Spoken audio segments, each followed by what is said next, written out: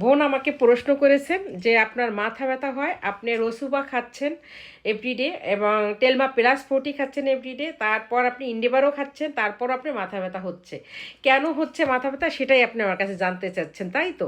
এখন আমি বলে দিচ্ছি, মাথা ব্যথা বিভিন্ন কারণেই হতে পারে। কি কি কারণে হতে পারে? ধরেন হরমোনের সমস্যা থেকে হতে পারে, মাসিক অনিয়মিত থাকলে হতে পারে, মাইগ্রেনের সমস্যা থাকলে হতে পারে, হ্যাঁ, তারপরে ধরেন মানসিক চাপ, স্ট্রেস, হ্যাঁ, দুশ্চিন্তা, এগুলো থেকেও হতে পারে।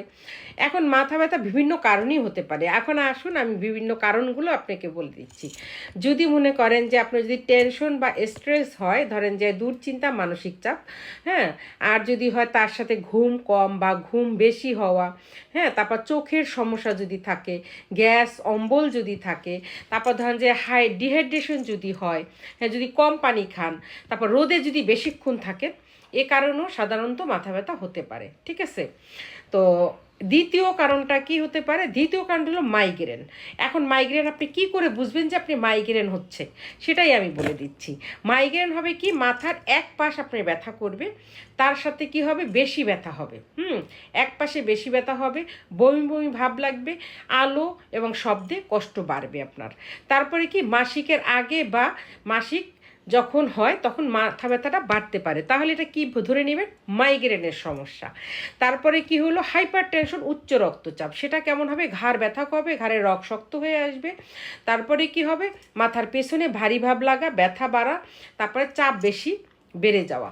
এটাকে বলে কি, উচ্চ রক্তচাপ যদি বেশি হয় তাহলে এই মাথা ব্যথা হতে পারে। আর একটা হলো তৃতীয়ত, যেটা 3 নম্বর সিমটম, সেটা আমি বলে দিচ্ছি। সেটা হলো কি, সাইনাস। ঠিক আছে? সাইনোসাইটিস যেটা আমরা বলি, যেটা হলো কি, কপাল ব্যথা করবে, চোখের চতুর্পাশ ব্যথা করবে, নাক, তারপর হলো যে নাকে ঠান্ডা, তারপর নাক বন্ধ, এগুলি থাকলেও মাথা ব্যথা বাড়ে। তারপর ধরেন যে 4 নম্বরে কি, হরমোন পরিবর্তন। হ্যাঁ, কি বলছি, সাইনাসের ব্যথাটা কেমন হবে? কপাল, চোখ, চোখের চতুর্দিক ব্যথা হবে। এটা কেন? ঠান্ডা, নাক বন্ধ থাকলে মাথা ব্যথা বাড়ে। এটা হলো সাইনাসের সমস্যা থাকলে। আর হরমোন পরিবর্তনের কারণেও কিন্তু মাথা ব্যথা হয়। সেটা কি, মাসিক অনিয়মিত, মেনোপজের সময় মানুষ, মেয়েদের যখন মাসিক হয়ে যাবে, মানে বন্ধ হয়ে যাবে, 40 থেকে শুরু হয়, কারো 45 থেকে হয়, হ্যাঁ, ওই টাইমটা তো দেখা যায় 45 থেকে 50-এর মধ্যে বেশি হয় এই মাথা ব্যথাটা। এটাকে আমরা কি বলি, হরমোন পরিবর্তনের কারণে হয়। ওই সময় মুডও চেঞ্জ হয় একটু, এই হঠাৎ ভালো হঠাৎ মন্দ এরকমও হয়। এই গেল আপনার। এখন বিপদের লক্ষণগুলো কি বলি। যদি মনে করেন হঠাৎ খুব তীব্র মাথা ব্যথা হয়, জ্বর ও ঘাড় শক্ত হয়ে যাওয়া, তারপর চোখে ঝাপসা দেখা, তারপর ধরেন কথা জড়িয়ে যাওয়া, হাত পা ধরেন যে অবশ হয়ে আসা, অবশ্যই আপনার আশেপাশে যে হসপিটাল আছে সেখানে আপনাকে যেতে হবে। তারপরে এখন বলছি, এখন যদি ধরেন যে মাথা ব্যথা যদি টেনশন, মানসিক চাপের কারণে হয়, হ্যাঁ, তাহলে কি খাবেন? ম্যাগনেসিয়া ফস 6X, এটা আর এটার সাথে কেলিফস 6X, এই দুইটা খেলে আল্লাহর রহমতে কিছুদিন আপনি ভালো থাকবেন। আর যদি ডক্টরের পরামর্শ নেন, অবশ্যই আমাকে কল দিবেন, আমি তখন আপনাকে রেগুলারলি বলে দেবো কীভাবে খেলে আপনি সুস্থ থাকবেন। আর যদি ঘরোয়া কোনো ট্রিটমেন্ট এর সাথে করতে চান, কি করবেন? কুসুম গরম পানি খাবেন এবং ঘাড়ে হালকা গরম সেক দিবেন। 7 থেকে 8 ঘন্টা ঘুমের প্রয়োজন। এটা কেন বলছি? টেনশন আর মানসিক চাপের কারণে। আর যদি ধরেন যে একসাথে তীব্র মাথা ব্যথা, মাইগ্রেনের চাপ হয়, তাহলে কি করবেন? দেখবেন যে আপনার লক্ষণ কি, আলো, শব্দ এবং বমি বমি ভাব থাকবে।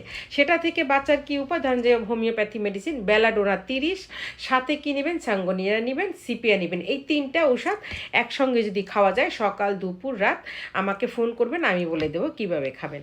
যেমন ধরেন যে অন্ধকারে বিশ্রাম নেওয়া, ঘরের যে পদ্ধতি করবেন, অন্ধকারে শুয়ে থাকা, তারপর ধরেন যে কপালে ঠান্ডা পানি বা বরফ সেক দেওয়া, খালি পেটে না থাকা। এগুলো কেন করবেন?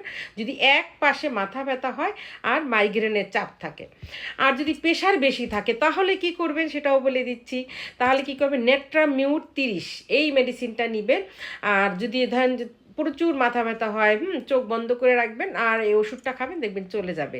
আর লবণ কম খাবেন, প্রতিদিন 20 থেকে 30 মিনিট হাঁটতে হবে যদি আপনার রক্তর চাপ বেশি থাকে, যেটাকে আমরা বলি প্রেশার বেশি থাকে। এগুলো করবেন, আশা করি ভালো থাকবেন, সুস্থ থাকবেন। আর আমি নাম্বার দিয়ে দিচ্ছি, আমার সাথে যোগাযোগ না করে ঔষধ কিনবেন না। ভালো থাকবেন।